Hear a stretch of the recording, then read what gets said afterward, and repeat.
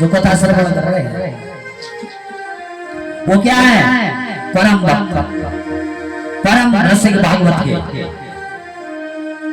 जिनको क्या साक्षात उनके गर्भ में ही जाकर भगवान ने उनकी रक्षा की थी।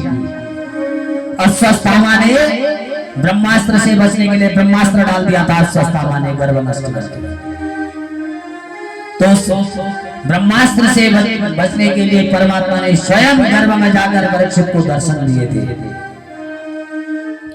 माता के गर्भ में आकर परीक्षित ने कृपा प्रदान की है भगवान ने, इसलिए कोई छोटे मोटे भक्त नहीं है। और सुखदेव जी महाराज भी माता के गर्भ में ही आशीर्वाद प्राप्त किया है, अर्थात कथा का वक्ता और श्रोता दोनों माँ के गर्भ में ही भगवान ने उनको कृपा में छाया प्रदान कर रही है। अब बताओ, जहाँ दोनों भगवान ने जब गर्भ में उनकी छाया की है, ऐसे परम रसिक परम संत कहीं नहीं मिल सकते। तो देवताओं ने जब लौट कर आए, ब्रह्मा जी के पास आए, बोले शिकायत करें महाराज, हरि कथामृत से हमको वंचित किया गया है, हम जानना चाहते हैं इस कथा में ऐसी क्या विशेषता है।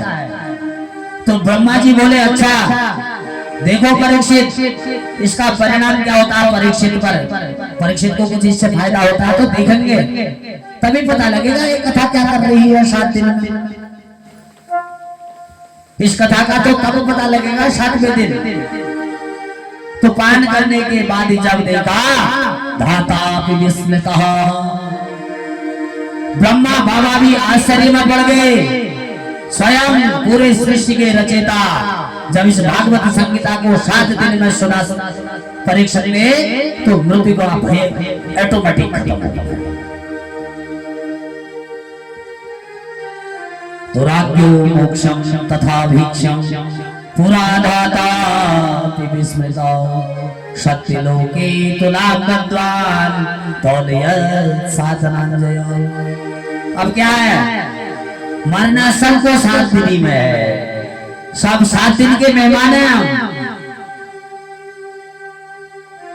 सोमवार, मंगलवार, बुधवार, बृहस्पतिवार, शुक्रवार, शनिवार, रविवार, बस। और कोई 365 दिन नहीं, 7 दिन।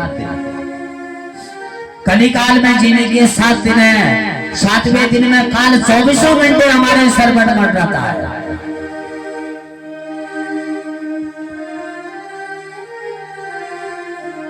हुआ क्या था? तो बोले महाराज परीक्षित को मोक्ष हो गया। विधाता भी आश्चर्यचकित बढ़ गई और तराजू पर जब तौल कर दिया, हमने कहा तराजू में तोलो, ऐसे थोड़ी होगा भाई, सामान कितना भारी है, हल्का है। लोग कहते हैं ना आप कितने गहरे पानी में हो या तेल में हो, आपका तो हमको पता लग गया था पहले।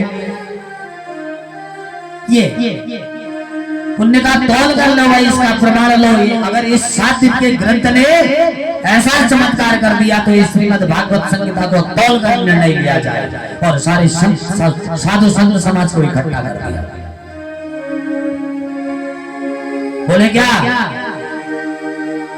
जब तराजू पर तोला तो लघोन्यानान जातानि गौरवेण इदं तदा ऋषिगणः सर्वे विस्मयं परमरम्यो। महान आश्चर्यचकित हो गए सब देवता। क्या हुआ, सारे धर्म ग्रंथ एक पलड़े में थे तराजू के, और खाली ये छोटी सी बुक जो रखी हुई है पुस्तक, इसको एक पल्ले में रखा, सारे धर्म ग्रंथों का पलड़ा एकदम ऊपर लटक गया। और श्रीमद् भागवत संहिता जब तौल कर देखी गई तो उसका पल्ला लटक गया। बोलिए भागवत भगवान की। तो महात्माओं ने घोषणा कर दी क्या, मेनिरे भगवत रूपम शास्त्रम भागवतम कलो। इस कलिकाल में साक्षात कलयुग में कलुषित प्राणियों का कल्याण करने के लिए भागवत श्रीमद् भागवत संहिता में भगवान आकर स्वयं विराजमान हुए। बोल भक्त वत्सल भगवान की। इसलिए भागवत के प्रत्येक शब्द में प्रत्येक अक्षर अक्षर में गोविंद की श्यामलता समाई हुई है। आप लोगों को कुछ काम करना तो नहीं है। हम कथा आज प्रथम दिन की पूरी करेंगे। कथा कहीं शॉर्ट में होगी, भक्त चाहे हो सायंकाल भगवान इष्ट देव की आरती करके आज आपको भी सौभाग्य मिल जाएगा। कथा आज विराम में थोड़ा आराम से ही लूंगा, क्योंकि मैं आपको जब कथा समझाऊंगा, आप तो रोज के श्रोता है, एक दिन का श्रोता तो थोड़ा सुनेगा चल देगा, लेकिन 7 दिन के श्रोता हैं आप लोग, इसलिए आपको विस्तार पूर्वक हर पात्र का परिचय आपको कल से ये ना पूछना पड़े कि गुरुजी सुतो वाचो, नारदो वाचो, व्यासो वाचो, क्या क्या बोल रहे थे आप, कल से नहीं कहोगे ना। हर पात्र का आपको परिचय दे रहा हूँ। भागवत के जब तक हर पात्र का परिचय समझ में नहीं आता, तब तक भागवत संगीता समझ में नहीं आएगी। इसलिए कथा पूरी श्रवण करेंगे, पूरे 3 घंटे ही करूंगा कथा, बिल्कुल उसमें कहीं हेर फेर नहीं। तो साक्षात गोविंद की श्यामलता समाई हुई है भागवत के हर शब्द शब्द में। ये भगवान का वाग्मय विग्रह है। महाराज ये 7 दिन में सुनने की परंपरा कैसे प्रारंभ हुई? सोची कहते हैं कि यह सबसे पहले सनत सनंदन, सनत सनातन, सनत कुमार, इन चारों भैयाओं ने देव ऋषि नारद जी से यह सुनकर सप्ताह की परंपरा प्रारंभ की।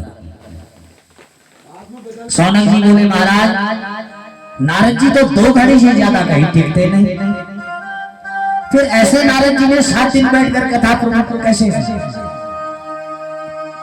यह कैसे सुना और किसको सुनाया और किस कारण सुनाया? सूत जी कहते हैं सुनिए सनकादि ऋषियों, मैं आपको बतलाता हूं कि यह कथा क्यों सुनी और क्यों सुनाई गई। ध्यान पूर्वक आप लोग सुनिएगा। एकदा ही विशालाया चत्वारो ऋषयो मलः सत्संगार्थं समायाता दुदर्थस्तत्र नारदम्। एक समय की बात है, विशालापुरी बद्री विशाल, सनत सनंदन सनातन सनत कुमार, ये चारों भैया आए थे भ्रमण करने, घूम रहे थे। बोले काहे के लिए? बोले सत्संगार्थम, सत्संग की इच्छा से कि भाई कुछ सत्संग किया जाए, तो भगवान का भजन किया जाए, पूजा, ये तो पाठ हम रोज ही करते हैं, कुछ भगवान का सत्संग किया जाए। और चारों भैया विचरण कर रहे थे कि अचानक नारद जी को देख लिया। जब किसी संत को कोई संत मिलता है तो बड़े प्रसन्न रहते हैं कि कुछ ज्ञान की बात हुई, तो इसलिए खुश हो गए। जब कुछ पास जाकर देखा, प्रसन्न हुए कि आज नारद जी मिले, कुछ तो भगवान की चर्चा हो। जब पास जाकर देखा तो उन्हें भी बड़ा आश्चर्य हुआ, क्योंकि नारद जी का मुंह एकदम निरस हो, उदासीन।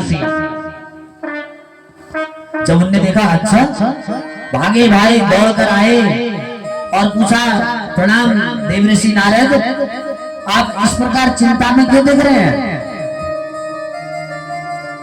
क्या होता है?